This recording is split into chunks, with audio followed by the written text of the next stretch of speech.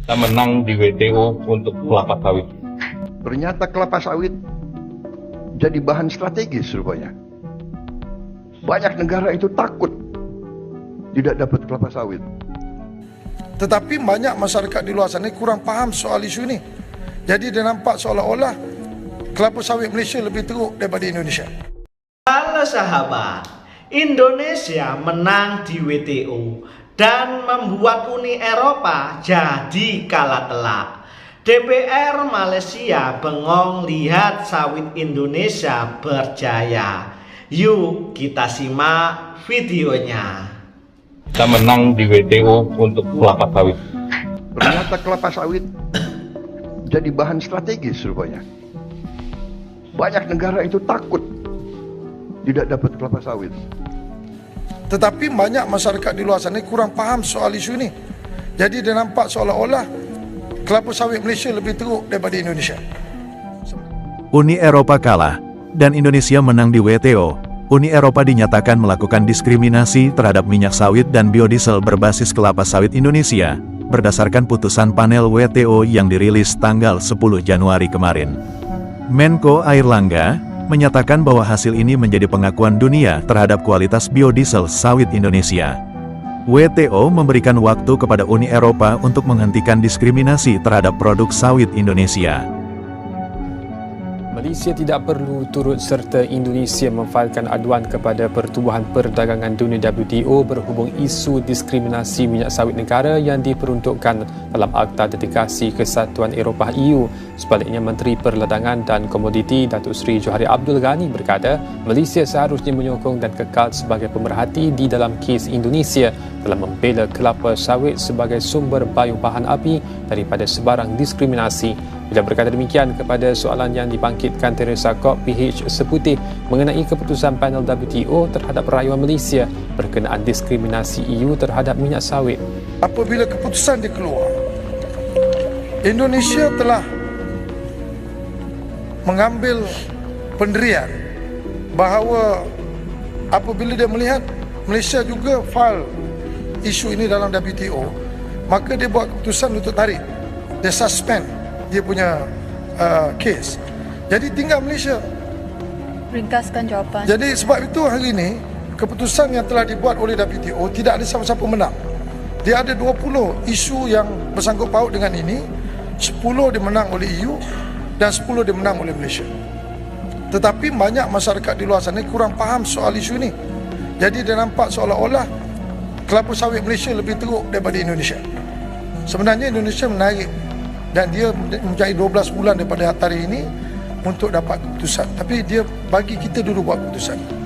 Sebab itu saya rasa waktu kita file dulu, ialah kita patutnya membenarkan Indonesia menjalankan dia punya komplain itu dan kita bagi sokongan saja. Sebab dia adalah pemain yang besar dalam biodiesel ini. Oke sahabat, ketika Indonesia resmi menjadi bagian dari BRICS, pejabat Malaysia memberikan respon yang sangat mengejutkan. Mereka sepertinya masih optimis bahwa Malaysia akan menjadi anggota dari BRICS seperti Indonesia ini.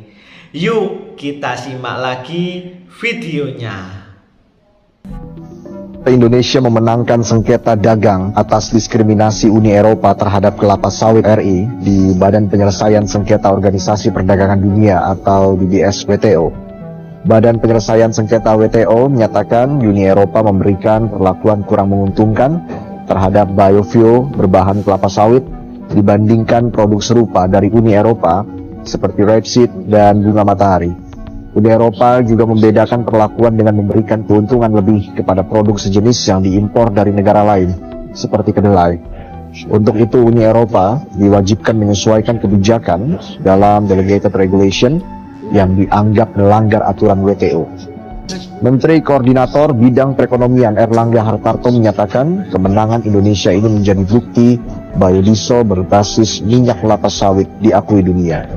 Airlangga juga menyebut kemenangan ini merupakan hasil dari perjalanan panjang melawan diskriminasi Uni Eropa. Kita menang di WTO untuk kelapa sawit. Jadi itu satu hal yang membuktikan bahwa dalam kasus kelapa sawit dan biodiesel diakui Eropa melakukan diskriminasi terhadap Indonesia. Dan kemenangan ini merupakan bukti bahwa negara Indonesia kita bisa fight dan kita bisa menang. Nah, ini kan kemarin khusus untuk sawit kita fight di REDD yang kita menang. Sehingga biodiesel yang sekarang kita ambil sebagai sebuah kebijakan itu mau nggak mau dunia harus menerima bahwa tidak hanya biodiesel berbasis rapeseed, soybean dan yang lain, tetapi juga yang berbasis daripada CPO. Nah, ini juga tentu berdampak terhadap kebijakan mereka yang kemarin mereka lakukan, yaitu EUDR, EU Deforestation Law-nya itu, yang mereka setengah mengakui dengan memundurkan implementasi yang harusnya di tahun ini diundur 1 tahun. Nah, ini memberi kesempatan juga kepada Indonesia dan Malaysia untuk memperkuat strategi kita untuk implementasi agar sawit juga tidak didiskriminasi.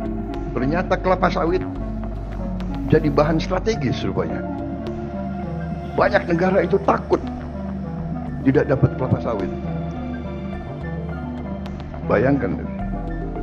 Jadi jagalah ya para bupati, gubernur, para pejabat tentara, polisi, jagalah kebun-kebun kelapa sawit kita. Di mana-mana itu aset negara. Dan saya kira ke depan kita juga harus tambah tanam kelapa sawit. Gak usah takut apa itu katanya apa, membahayakan apa itu deforestation, ya kan? Namanya kelapa sawit ya pohon, ya kan? Sehingga kelapa sawit itu pohon, ada daunnya kan? Ya dia keluarkan, dia menyerap karbon dioksida. Dari mana kok kita dituduh, ya kan? Yang boten-boten aja itu orang-orang. Jadi boten-boten aja. Kita baik-baik aja. Kita tidak, bahkan mereka bingung waktu mereka mau apa tuh ngomong-ngomong mau batasi, kita nggak boleh apa, Eropa kan mau batasi, sekarang bingung sendiri. Saya bilang, oh terima kasih, kita nggak jual ke Anda, terima kasih. Saya bilang. Mereka panik sendiri di situ sekarang. Tuh, nanti semua industri coklat mereka kacau itu kan. Bikin coklat itu kan dari kelapa sawit itu. Sebagian dari itu. Deterjen, apa itu, kosmetik. Bingung sendiri mereka, nggak apa-apa. Masa kita ikutnya Malaysia gitu? Yang punya sawit kita, yang punya karet kita ikutnya Malaysia. Kuala Lumpur lagi loh, kita banyak kita sawitnya ikutnya ke sana tuh gimana? Dengan segala kewenangan yang dimiliki, kalau memungkinkan judi itu sudah bisa terpampang di layar, kan? Bahwa kita punya patokan harga. Jadi nanti Malaysia balik, kalau kita lihat Indonesia dulu kan gitu. Nanti Malaysia akan mengadakan pertemuan dengan kerajaan Indonesia bagi membincangkan hasrat Republik itu untuk mempunyai penanda aras harga minyak sawit mentah MSM. Datuk Seri Fadilah Yusof berkata, perkara tersebut perlu dibincang bersama disebabkan rancangan Indonesia itu akan memberi kesan keseluruhan rantaian industri perladangan sawit bukan sahaja kepada Malaysia, malah di peringkat dunia. Apapun berlaku, ianya kena dibincang secara bersama. Dan apa pun dilakukan oleh Indonesia sudah pasti ianya akan memberi kesan kepada keseluruhan rantaian, bukan saja kepada Malaysia, di peringkat dunia. Sebab itu kita kena berbincang. Jangan lagi kita mengekspor CPO ini terus-terusan. Harus mulai kita rubah kepada barang setengah jadi atau barang jadi. Ini yang telah kita lakukan. Karena kalau tidak, kita selalu dimain-mainin oleh pasar. Uni Eropa memunculkan isu tidak ramah lingkungan. Sebetulnya apa sih mereka ngomong seperti itu? Karena sawit ini bisa lebih murah dari minyak bunga matahari yang dihasilkan oleh mereka. Ini hanya perang bisnis antar negara, perang ekonomi antar negara, tapi dipakai alasan terus. Kayak nggak apa-apa, kamu nggak beli CPO kita, tidak apa-apa, karena sekarang kita telah menjadikan CPO kita, minyak kelapa sawit kita, menjadi B20 dan tahun ini sudah B30. Nah, itu dia, Indonesia tidak pernah menyerah atas diskriminasi sawit Indonesia. Keputusan ini merupakan tonggak penting bagi Indonesia dalam memperkuat posisi sawit di pasar global. Oke, gini sahabat, ketika Indonesia resmi menjadi anggota BRICS, pejabat Malaysia memberikan respon yang sangat mengejutkan. Walaupun belum ada respon dari BRICS, mereka sepertinya masih optimis bahwa Malaysia akan menjadi anggota dari BRICS juga. Bahkan saat ini mereka membanggakan posisinya sebagai ketua ASEAN. Mungkin itu posisi strategis agar Malaysia mendunia seperti Indonesia. Komitmen Indonesia dalam diplomasi internasional dan kerjasama multilateral memperkuat peranan sebagai kekuatan ekonomi baru yang mendukung visi BRICS untuk menciptakan tantangan ekonomi global yang lebih inklusif.